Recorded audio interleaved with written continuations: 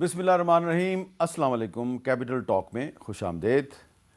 وزیر اعظم شہباز شریف نے آج ایک دفعہ پھر اپوزیشن کو مذاکرات کی دعوت دے دی ہے، کیونکہ ابھی 2-3 دن پہلے جو اپوزیشن کی ایک کانفرنس ہوئی تھی اسلام آباد میں، اس میں اعلامیے میں کہا گیا تھا کہ ہم نے ڈائلاگ کا دروازہ کھلا رکھا ہوا ہے۔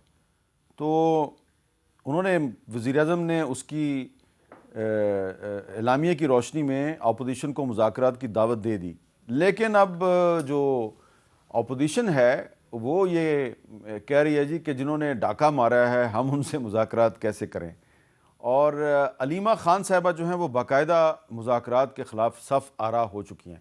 پہلے ذرا سنیے وزیر اعظم صاحب کے کیا الفاظ ہیں۔ پی ٹی آئی اور ان کے جو ساتھی ہیں، جو میں نے آج اخبار میں پڑھا ہے ڈائلاگ کی، تو میں نے تو اسمبلی میں ڈائلاگ کی ان کو دعوت دی، اس سے پہلے بھی دعوت دی، اس کے بعد بھی دعوت دی۔ اگر وہ اس کے اوپر تیار ہیں تو گورنمنٹ پاکستان بالکل تیار ہے، کیونکہ پاکستان میں ترقی و خوشحالی کے لیے تمام پولیٹیکل پارٹیز میں ہارمنی ہونی چاہیے، لیکن اس کی آڑ میں غیر قانونی اور بلیک میلنگ وہ نہیں ہو سکتی۔ جو جائز معاملات ہیں اس کی روشنی میں ڈائلاگ آگے بڑھ سکتا ہے، جس کے لیے میں نے پہلے بھی دعوت دی اور اب بھی میں اس کو ریٹریٹ کر رہا ہوں۔ تو علیمہ خان صاحبہ جو تحریک انصاف کی رہنما نہیں ہیں، لیکن ان کو عمران خان کا اسپوکس پرسن سمجھا جاتا ہے، وہ کیا کہہ رہی ہیں وہ بھی سنیں۔ جب عمران خان احتجاج کی کال دیتے ہیں، یہ ڈرپوک فوراً چھلانگے مار کے شروع ہو جاتے ہیں مذاکرات مذاکرات مذاکرات۔ تو اس لیے یہ ڈرامہ اب سارے پاکستان کو پتہ ہے، مذاکرات کی باتیں پرائم منسٹر بھی شروع ہو گیا ہے۔ آپ نے کس چیز کے لیے مذاکرات کرنے، پہلے ہمیں بتائیں کہ عمران خان کو ملاقات بند کیوں کی ہوئی ہے۔ عمران خان نے سہیل افریدی کو کہہ دیا ہے کہ تیاری پکڑو، سڑکوں پہ نکلو۔ اس کا مطلب ہے کہ تحریک انصاف جو ہے وہ مذاکرات کے لیے تیار نہیں ہے۔ سلمان اکرم راجہ صاحب بھی یہی بات کر رہے ہیں اور علیمہ خان صاحبہ بھی یہی بات کر رہی ہیں۔ تو علیمہ خان اور سلمان اکرم راجہ اور سہیل آفریدی ایک پیج پہ نظر آ رہے ہیں، تو پھر یہ مذاکرات یہ محمود خان اچکزئی صاحب اپنے اعلامیے میں مذاکرات کی بات کہاں سے لے کے آئے۔ اور اب ایک اور بڑی امپورٹنٹ ڈیولپمنٹ ہو گئی ہے۔ کل کراچی میں جو ایک تحریک اتحاد امت کے نام سے علماء کرام کا ایک اجتماع ہوا، وہاں پر جو ایک اعلامیہ جاری کیا گیا ہے، مفتی تقی عثمانی صاحب جو ہیں وہ اس میں سب سے نمایاں تھے اس اجتماع میں، اور تمام مکاتب فکر کے علماء جو ہیں وہ اس اجتماع میں موجود تھے۔ تو ان سارے معاملات پہ گفتگو کریں گے۔ ہمارے ساتھ موجود ہیں ڈاکٹر مصدق ملک صاحب، منسٹر ہیں، سینیٹر اون عباس بپی صاحب پاکستان تحریک انصاف کے سینئر رہنما ہیں، اور سینیٹر کامران مرتضیٰ صاحب جمعیت علماء اسلام سے ان کا تعلق ہے۔ لیکن ایک اور بھی معاملہ ہے، تھوڑی سی بات اس پر بھی ہونی چاہیے، اور وہ ہے پی آئی اے کی پرائیویٹائزیشن۔ تو پی آئی اے کو 135 ارب ڈالر میں، 135 ارب روپے میں، ڈالر میں نہیں روپے میں بیچ دیا گیا ہے اس کے 75% حصص۔ تو مصدق ملک صاحب ذرا تھوڑا سا یہ بتائیں گے کہ یہ پی آئی اے کا جو ایک لائیو ٹی وی پر 135 ارب روپے میں بیچا گیا ہے، بڑا ٹرانسپیرنٹ نظر آ رہا تھا، تو اس کے بعد بھی یہ عمل چلتا رہے گا اور بھی چیزیں پرائیویٹائز ہوں گی؟ جی، سب سے پہلے تو پوری پرائیویٹائزیشن کی لسٹ ہے جی، جس میں ڈسٹریبیوشن کمپنیاں ہیں، یہ ہمارے ادارے جہاں پہ بہت زیادہ نقصانات بجلی کی مد میں ہوتے ہیں، پیسے کلیکٹ نہیں ہوتے، بجلی چوری ہو جاتی ہے۔ اس کے علاوہ اور بھی جتنے حکومتی ادارے ہیں، اس سے پہلے وہ ویمنز بینک جو ہے وہ ہو چکا ہے اسی طریقہ کار کے ذریعے پرائیویٹائز۔ تو ابھی کوشش یہی ہے کہ جیسے آپ نے آج دیکھا کہ بڈ ساروں کے سامنے، کیمرے کی آنکھ نے دیکھا، لوگوں کے سامنے بڈز کھلی، اور بڈنگ کے بعد پھر آمنے سامنے بیٹھ کے جو بھی اصحاب تھے جو خریدنا چاہ رہے تھے پی آئی اے کو، انہوں نے پبلکلی یہ کہا کہ اچھا میں اتنے پیسے دیتا ہوں، میں 50 کروڑ بڑھاتا ہوں، میں 1 ارب بڑھاتا ہوں۔ تو پھر وہ بڑھتے بڑھتے ایک اچھی رقم، کیونکہ ہمارا یہ خیال تھا جتنی بھی ایویلیویشنز آئی تھیں اس میں یہ تھا کہ اس کی قیمت 100 ارب کے قریب ہونی چاہیے۔ 3-4 مختلف طریقہ کار کے ذریعے ویلیویشن کی گئی، اور یہ کہا گیا کہ تمام ویلیویشن میں قیمت جو تھی وہ 100 ارب کے آس پاس نکل رہی تھی۔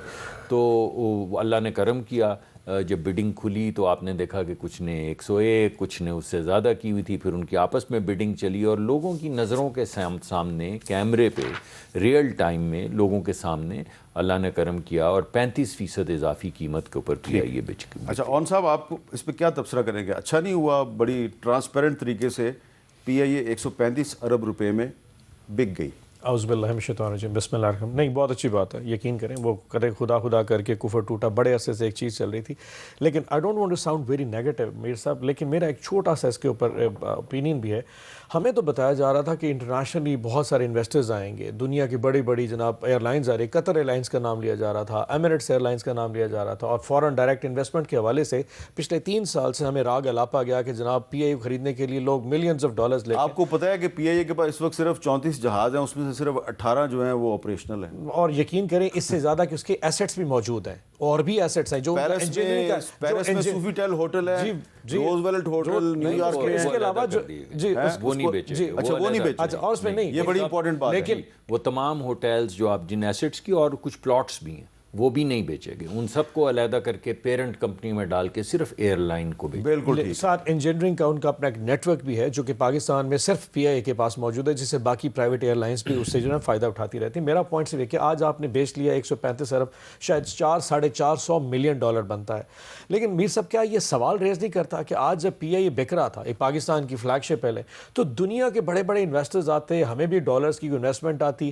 لیکن کیونکہ پاکستان کا جو ماحول ہے وہ اتنا کنجینیل نہیں ہے جو ہمیں راگ الاپا گیا جی پاکستان انویسٹمنٹ آئی کہ لوگ شاید کمفرٹیبل اتنا فیل نہیں کرتے کہ ایک $500 ملین کسی قطر ایئر لائن کے لیے ایک پینٹ سا they didn't come. So Pakistan کی لوکل ایئر لائنز ہے، اس کو لوکل لوگوں نے اس کو خرید لیا۔ I don't want to sign، میں پھر کہہ رہا ہوں میں نیگیٹو نہیں ہونا چاہتا، لیکن اگر ایسا ماحول تھا تو شاید کچھ بہتر ہو سکتا تھا، لیکن مجھے ایک چیز اچھا ہے کہ ٹرانسپیرنسی واز گڈ، یہ اچھا ہے کہ لائیو چل رہا تھا، پھر ہم اپوزیشن جو چیز بہتر ہے وہ اچھا ہے، لیکن اگر آپ کا ماحول اچھا ہونا، یقین کریں شاید $1 ارب میں اچھے انویسٹرز اس کو لے کے جا سکتے تھے۔ کامران صاحب، آپ کا کیا خیال ہے کہ یہ ایک ٹرانسپیرنسی کی اچھی مثال قائم نہیں ہوئی؟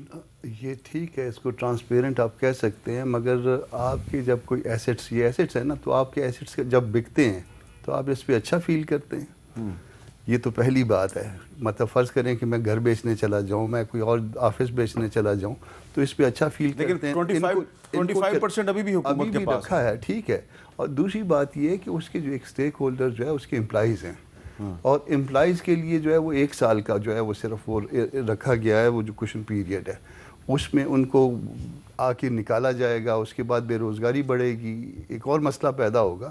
تو آپ نے سوشل ایشوز بھی دیکھنے ہیں۔ آپ اس بیچنے پہ خوش ہو رہے ہیں ہمارے دوست، مگر اگر ہم چلانا چاہتے تو اس کو بہتر انداز میں چلا بھی سکتے تھے، تو وہ کوئی اتنا اچھا، چیزیں بکنا اتنی اچھی چیز نہیں ہوتی ہے، چیزیں خریدنا اچھی چیز ہوتی ہے۔ اچھا جی، اب اگر آپ کی اجازت ہو تو میں صرف آپ سے یہ کہوں گا کہ دیکھیں، ہر سال آپ نقصان کرتے ہیں، ہر سال پیسے بھرتے ہیں، تمام حکومتیں گزر چکی ہیں، ہماری بھی گزری، آپ کی بھی گزری، آپ بھی ماشاءاللہ انہی کوریڈورز میں رہے ہیں۔ دیکھیں، بات یہ ہے کہ کچھ کام سرکار کے کرنے کے ہیں اور کچھ کام سرکار کے نہیں کرنے کے ہیں۔ ابھی جو ایئر لائن سرکار میں چلائی جا رہی ہیں وہ صرف وہ ہیں جو مڈل ایسٹ کے بہت امیر ممالک ہیں، ان کی اپنی ایئر انڈیا، جی ایئر انڈیا میرے خیال میں پرائیویٹائز ہو گئی ہے، جی میرا خیال ہے، اور برٹش ایئر ویز پرائیویٹائز ہو چکی ہے، اور سوئز ایئر پرائیویٹائز ہو چکی ہے۔ تو جتنی بھی بڑی بڑی دنیا کی کمپنیز تھیں وہ تمام پرائیویٹائز ہو چکی ہیں، کیونکہ کچھ کام سرکار کے کرنے کے ہیں نہیں۔ فیکٹریاں چلانا پرائیویٹ سیکٹر کا کام ہے، ہمارے پاس لائن لگی ہوئی ہے فیکٹریوں کی، اب ہم بیچنا شروع کر رہے ہیں، بینک بیچ رہے ہیں آہستہ آہستہ کر کے۔ تو جو کام پرائیویٹ سیکٹر کے کرنے کا ہے، جو اپنے ماں باپ کا پیسہ سمجھ کے اس کو ڈیلیجنس دیں، ایئرپورٹ بھی تو بیچ رہے ہیں نا جی، وہ بھی لیز کر رہے ہیں، بیچ نہیں رہے ہیں، مگر یہ تمام چیزیں وہ کام جو سرکار کے نہیں ہونے چاہیے۔ اگر ہیتھرو جو ہے وہ چلا رہی ہیں باہر کی کمپنیاں، اگر دنیا کے بڑے بڑے ایئرپورٹ باہر کی کمپنیاں چلانی، تو پاکستان میں کیوں یہ خواہش ہے کہ ہم یہ بھی خود چلائیں اور وہ بھی خود چلائیں، اور وہاں پہ بابو بٹھا دیں، کوئی گریڈ 20 کا، کوئی گریڈ 21 کا؟ یعنی اگر بابوؤں کو یہ کاروبار کرنے آتے تو وہ بابو بنتے۔ ارے بھائی، جس نے ساری زندگی سرکاری نوکری کی ہے اس کو آپ کہہ رہے ہیں یہ ایئر لائن سیدھی کر دو، اگر اس کو کرنی آتی ہوتی تو وہ سرکار میں ملازم ہوتا۔ تو اسی طرح سیاستدان کا یہ کام نہیں ہے، کسی سرکاری افسر کا یہ کام نہیں ہے، پرائیویٹ سیکٹر کے کام ہے۔ آپ ان کے راستے سے ہٹیں، ان کو امپاور کریں، ان کو آگے بڑھنے دیں، اور امپلائیز کو پروٹیکشن دی گئی ہے. یہ صحیح کہہ رہے ہیں, 1 سال کی پروٹیکشن دی گئی ہے. اس کے بعد وہ ریسٹرکچر کریں گے.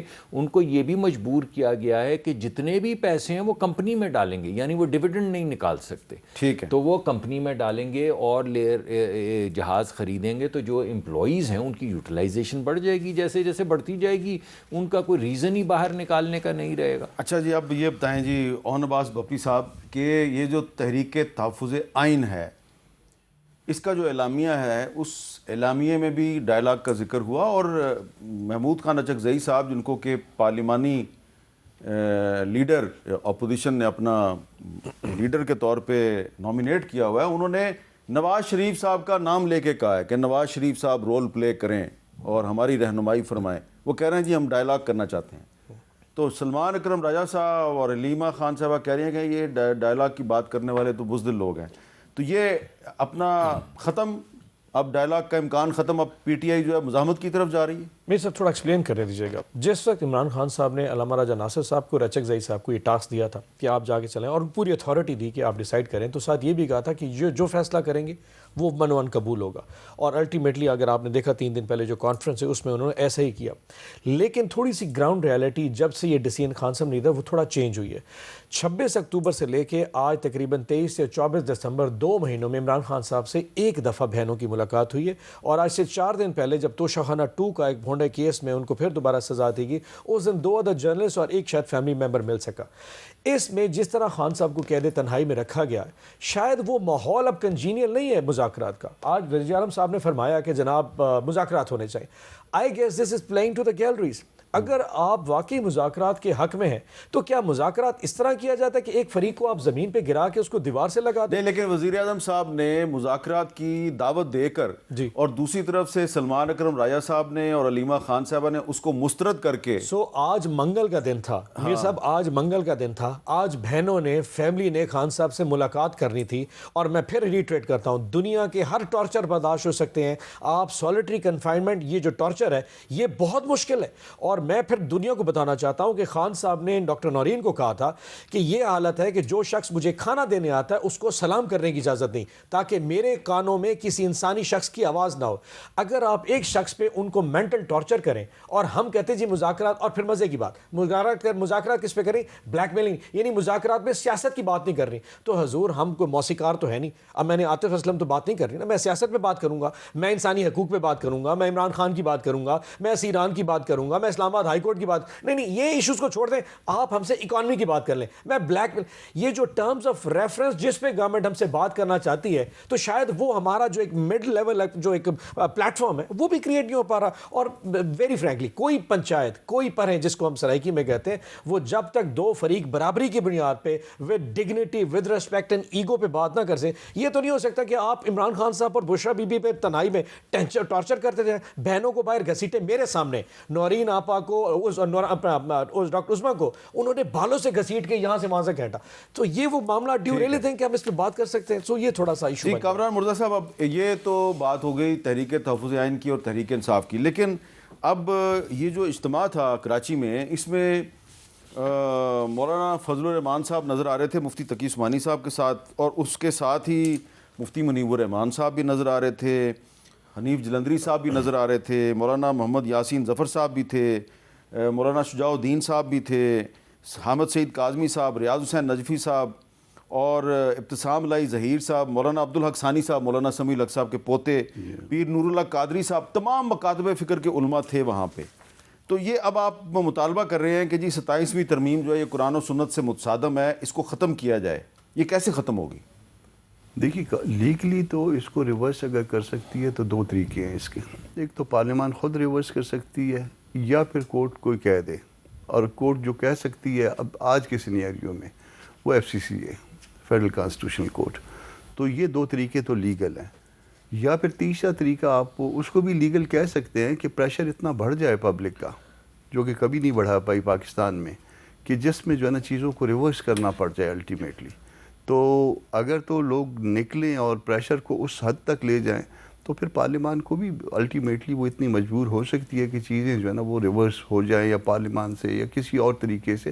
مگر جو ہے اب سوال صرف یہ ہے کہ کیا دستور کا وہ ڈھانچہ برقرار رہا ہے. آج اب چند ہفتے ہوئے ہیں یہ نئی عدالت بنی ہے اور نئے اس میں جو ہے بطور وکیل ایک بات کر رہا ہوں, یہ ڈسپیوٹ سامنے آنے لگ گئے ہیں کہ کون سی کورٹ بڑی ہے, یہ ڈسپیوٹ سامنے آنے لگ گئے ہیں کہ کون سا کیس کدھر لگنا ہے. 4 دفعہ کیس ہم ادھر سپریم کورٹ میں لے کے جاتے ہیں, ادھر سے بال جو ہے دوسرے سامنے والی کورٹ میں جاتی ہے, سامنے والی کورٹ سے واپس وہاں پہ جاتی ہے. تو یہ آپ نے ایک جو آپ کا ستون تھا 3 ستونوں میں سے ایک ستون اس کو بہت بری طرح سے ڈیمیج کیا ہے, اور اس کا نتیجہ الٹیمیٹلی خدا نخواستہ اچھا نہیں نکلے گا. لیکن ایک طرف تحریک انصاف اور تحریک تحفظ آئین جو ہیں وہ بھی 27ویں ترمیم کے خلاف ہیں. انہوں نے جو قومی کانفرنس کی اس میں آپ بھی نہیں گئے, پیپلز پارٹی کو بھی نہیں بلایا گیا, نون لیگ کو بھی نہیں بلایا گیا. تو جو حکومت کی مخالف جماعتیں ہیں وہ اختلافات کا شکار نظر آتی ہیں یا ایک پیج پہ نظر نہیں آ رہی, تو اس کا فائدہ تو حکومت کو ہے. نہیں دیکھیے نا, اب فرض کر لیجئے انہوں نے ڈیٹ فکس کی 22 کی, ہم ان سے پہلے 22 تاریخ فکس کر چکے ہیں. یہ اتحاد امت والی تاریخ جو ہے, جو مجھے پتہ ہے, یہ کم از کم 20-22 دن پہلے جو ہے نا مجھے پتہ تھا.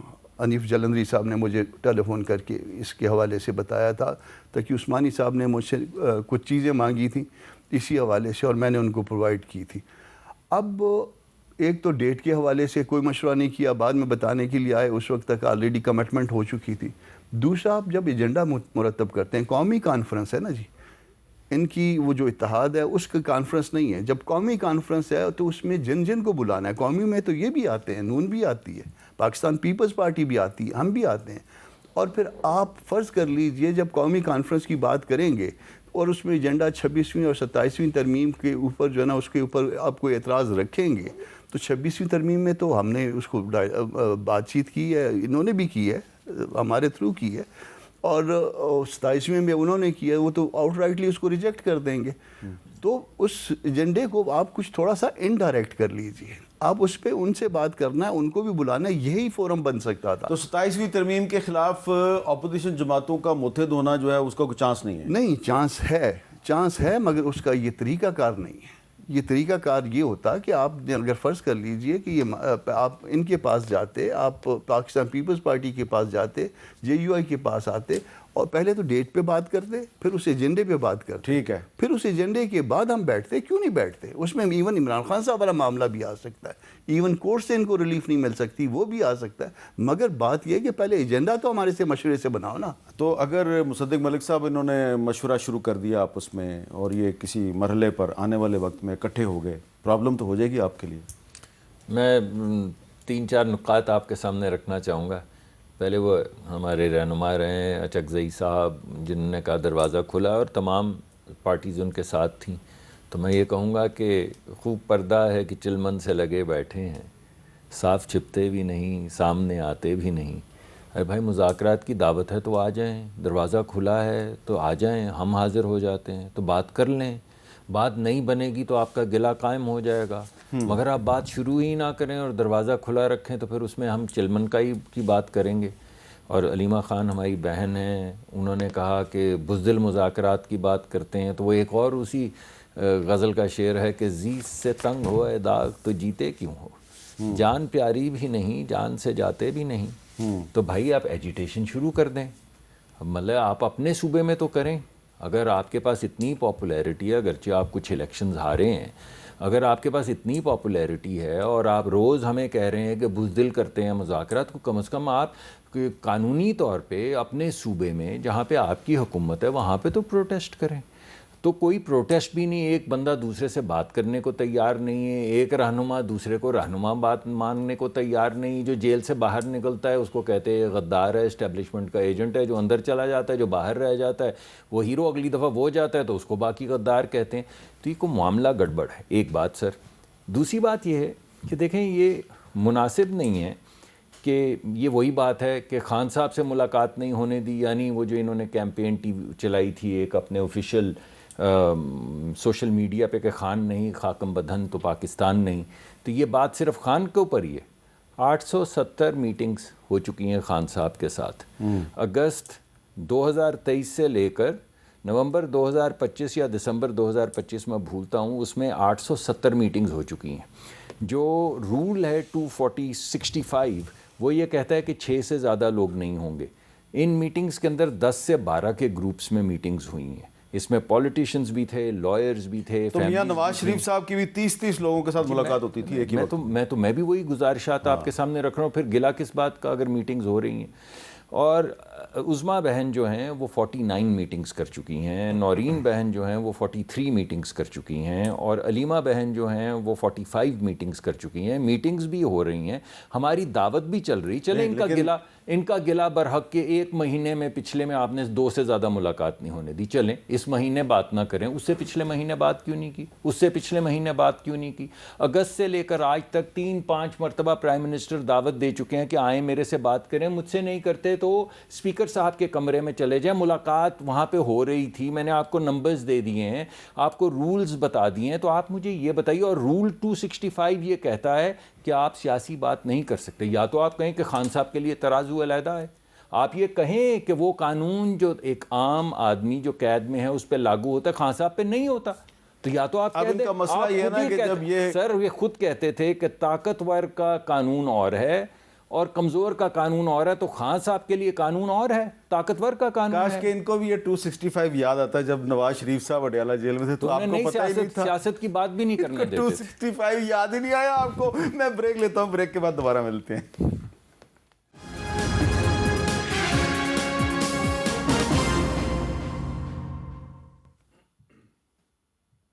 کیپٹل ٹاک میں دوبارہ خوش آمدید. جی آن باس بپی صاحب, آج تو مصدق ملک صاحب جو ہیں وہ فگرز کے ساتھ مسلح ہو کے آئے ہیں کہ ایک بہن نے 45 دفعہ ملاقات کی, دوسری نے 43 دفعہ ملاقات کی.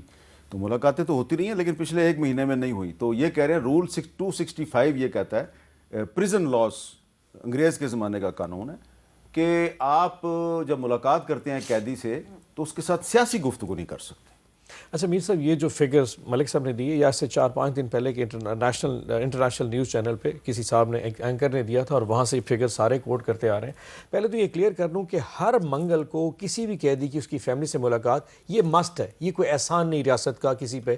پورے پاکستان کی ہر جیل میں منگل والے دن تمام قیدی سے اس کے اہل خانہ ملاقات کرتے ہیں, نمبر 1. اور خان صاحب کو کیونکہ 2.5 سال ہو چکے ہیں سو منگل والے دن ملاقات کرانا یہ ان کے فرائض میں شامل ہے. زیادہ ملاقاتوں کے جو نمبر دیے گئے یہ وہ ملاقاتیں ہیں جس میں وہ ان کی فیملی کورٹ کیسز کی ہیئرنگ کے لیے آتے تھے. توشہ خیانہ جس میں رہ گیا, جس میں نکاح کا کیس رہ گیا, القادر کیس رہ گیا. اگر اس کی اب 100 سے زیادہ ہیئرنگز ہیں تو 100 پہ فیملی بھی آتے ہیں, وکلا بھی آتے ہیں, اگر آپ اس کی گنتی شروع کر دیں. تیسری بات, ہمارا جو بارہا جس پہ زور ہے پڑا, 2.5 مہینے سے فیملی سے ملاقات نہ صرف بلکہ اکیلے اس سیل کے اندر, ایک وہ جس کو ٹارچر سیل کہتے ہیں, اس کال کوٹھڑی میں ان کو بند کر دیا اکیلے. اب یہ کہاں کی انسانیت ہے کہ صبح 5 سے لے کے 5 بجے کے درمیان تم روشنی دیکھ سکتے ہو, شام 5 بجے کے بعد لائٹ بند, اخبار بند, ٹی وی بند, اور اس پورے 1.5 مہینے میں کوئی شخص تم سے بات نہیں کر سکتا. یہ ایک قسم کا ٹارچر ہے, دے شوڈ ایکسیپٹ اٹ, اور یہ نارمل نہیں ہے. اور کل ایک فیڈرل منسٹر کا یہ کہنا کہ جی ملاقات اب 8 فروری تک نہیں ہوگی, آپ 8 فروری نہیں, یہی پہ کہا. سو یہ جو 8 فروری کی تاریخ ہے یہ کیا چیز کرتی ہے؟ اس کا مطلب آپ کے عزائم پولیٹیکل ہے. آپ 7 فروری کہہ دیتے, یعنی کہ آپ کو ڈر ہے کہ عمران خان صاحب سے اگر پہلے ملاقات ہوئی تو 8 فروری کو جو فارم 47 کا جو بار بار پی ٹی آئی اتنا بڑا جو شور مچاتی رہی ہے, پھر دوبارہ کوئی تماشا نہ ہو جائے, ہمارا جو اتنا بڑا ڈاکہ تھا اس کو کوئی ایکسپوز نہ کر جائے. سو یہ آپ کی پولیٹیکل گیمز ہیں اور ساری دنیا سمجھتی ہے. میر صاحب آپ جتنے دل کرے نمبر لے کے آ جائیں, یقین جانیے آج بھی سیاست میں اگر کوئی شخص ریلیونٹ ہے تو عمران خان ہے. اس ٹاک شو سے لے کے جتنے ٹاک شو میں کر کے آؤں یا ملک صاحب یا کامران صاحب کر کے آئیں, ہم گفتگو صرف اور صرف عمران خان کی ہے, کیونکہ آپ کے پاس کاؤنٹر نیریٹو ہے نہیں. یہ دنیا, یہ پاکستان, یہ قوم, یہ ٹاک شوز, یہ پولیٹیکل, یہ سب اور صرف عمران خان کے گرد, اس کے اگینسٹ, اس کے فیور میں چل رہا ہے. میں تھوڑا سا ڈس ایگری کروں آپ کو سر. جو لائن مفتی تقی عثمانی صاحب نے لی ہے, میرا خیال ہے کہ وہ زیادہ پاورفل ہے. میں تو اس سے اگری اس لیے کرتا ہوں کہ دیر آئے درست آئے. یہ دیکھیں ہم نہیں, دیر آئے نہیں, ہم تو جس دن 27ویں ترمیم منظور ہوئی تھی مفتی تقی عثمانی صاحب نے اسی دن یہ بیان دیا. میر صاحب واحد ایسی پولیٹیکل جماعت ہے جس نے 27ویں ترمیم کی, اس نے مطلب کی ہوگی, کامران صاحب بھی اپوز کر رہے ہیں, کامران صاحب بھی تھے, لیکن اب 27ویں ترمیم ہم نے اس وقت کی تھی اور الٹیمیٹلی امیونٹی کے حوالے سے سب سے بڑا یہ بات سن لیں ذرا, ان کی بات سن لیں. اس میں معذرت کے ساتھ انہوں نے ابسٹین کیا, محفوظ راستہ اختیار کیا. سر نہ ہم نے ووٹ دیا اس کے اگینسٹ, ووٹ اگر دیا ہے ریکارڈڈ ووٹ ہے تو JUI کا ہے. انہوں نے محفوظ راستہ اختیار کیا. آپ کو یاد ہوگا کہ جب چیف جسٹس کا سلیکشن تھا آؤٹ آف 3، اس دن بھی انہوں نے محفوظ راستہ اختیار کیا، ابسٹین کیا اس میٹنگ سے، صرف JUI کا ووٹ اس میں اگینسٹ گیا۔ بڑا مشکل ہوتا ہے کسی وکیل کا ووٹ کسی جس کا پتہ ہو کہ اس نے چیف جسٹس بن جانا ہے، انہوں نے بڑی آسانی کے ساتھ اس سے اپنا محفوظ راستہ اختیار کیا۔ یہاں پہ بھی آپ نے ابسٹین کیا، ابسٹین کی وجہ ہاں وجہ ہوگی۔ اچھا میں ذرا چاہ رہا ہوں ہمارا ایک سینیٹر عثمانی صاحب کے الفاظ، ہاں اس میں ایک چیز اور ایڈ کروں گا۔ اب جہاں تک عمران خان کا معاملہ ہے، اس میں فیکٹس فائنڈنگ جو ایک الزام ان کا ہے، دوسرا ان کا ورژن ہے۔ اس میں جب نواز شریف جب کسٹڈی میں تھے تو بار کونسل کا ایک وفد گیا تھا، اس وقت میں وائس چیئرمین تھا، تو اس نے جا کے ملاقات کی تھی ان سے، اور ان سے جا کے پوچھا تھا کہ بھئی کیا آپ کے ساتھ نواز شریف صاحب پٹیالہ جیل میں، یہی بار کونسل کا جو ہے نا ایک وفد ان کا، وہ کم از کم پتہ ہونا چاہیے، پارلیمان کا کر لیں، بار کونسل کا کر لیں، صحافیوں کا کر لیں، کسی طرح سے جو ہے نا ایک اس طرح سے، تاکہ پتہ چلے کہ ان کے ساتھ واقعی غلط ہو رہا ہے یا نہیں۔ میں ایک اضافت اسی پہ کرنا چاہتا ہوں۔ دیکھیں کل ملا کے جو بھائی نے گنتی کی ہے نا، 120 ٹیوزڈیز بنتے ہیں، اس کے اندر آپ 200 اور ڈال لیں جو ہیئرنگز تھیں، 200 ڈال لیں تو یہ بن جاتی ہیں تقریباً 330۔ 870 ملاقاتیں ہوئیں، کس کے ساتھ ہوئی ہیں؟ 870 ملاقاتیں ہوئیں۔ کتنی ملاقاتیں جو ہیں وہ تھیں جو صرف وہاں پہ ہو رہی تھیں ٹرائل کی؟ اس وجہ سے کوئی گنتی بھی صحیح رکھیں، کچھ حساب جو منگل کے منگل اس کا جواب دے رہے ہیں 130 منگل بنتے ہیں، تو یہ 870 ملاقاتیں جو ہر وہ شخص جو کیوں اکیوزڈ ہے مئی 9 کے کیس میں، 9 مئی کے کیس میں، ہر وہ شخص جو کہ خان صاحب کے ساتھ بھی جو جتنے بھی حملے اسلام آباد میں پنڈی میں ATC کیسز ہیں، وہ کو اکیوزڈ جب بھی جاتے تھے وہاں پہ اپنی پیشی بھگتانے کے لیے، ان کی ملاقاتوں کا ذکر ہے۔ 110 لوگ ہیں جو کو اکیوزڈ ہیں مئی 9 کے کیسز میں، پنڈی کے کیسز میں، جو وہاں پہ اڈیالہ جاتے ہیں، ان کی ملاقاتوں کا۔ اس پہ حکومت جو ہے وہ کیا سوچ رہی ہے، اس پہ مزید بات کرتے ہیں ایک وقفے کے بعد۔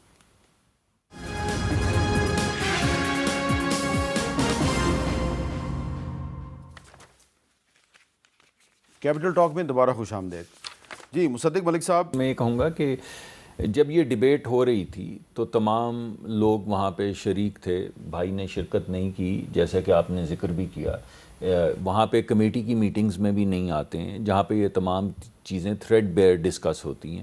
تو یہ تمام چیزیں جو کابینہ بنی ہیں وہاں پہ تنخواہ بھی لیتے ہیں، جاتے بھی ہیں، بیٹھتے بھی ہیں ہال کے اندر، لیکن وہ کمیٹیز جہاں پہ یہ تمام ڈسکشنز ہونی چاہیے، جہاں پہ اگر آپ کا اختلاف ہو، چاہے قرآن اور سنت کے حوالے سے ہو یا کسی لیگل پریسیڈنٹس کے حوالے سے ہو، وہاں پہ تو آتے نہیں ہیں، وہاں پہ تو بات کرتے نہیں ہیں۔ اور دوسری بات یہ ہے کہ میں کہوں گا کہ تقی عثمانی صاحب، اور راستہ تو آپ کو بتایا ہے سر نے کہ اگر آپ نے اس کو تبدیل کرنا ہے تو راستہ سامنے لکھا پڑا ہے، انہی بنیادوں پہ یا کسی بھی بنیاد پہ آپ لے آئیں اور امینڈمنٹ ڈال دیں۔ لیکن ایک بات اور کہوں گا، دیکھیے قرآن اور سنت کے حوالے سے تو ملک غلام محمد کا فیصلہ جو ہے، جسٹس منیر کا فیصلہ، وہ بھی اسی پھر حوالے سے دیکھا جانا چاہیے۔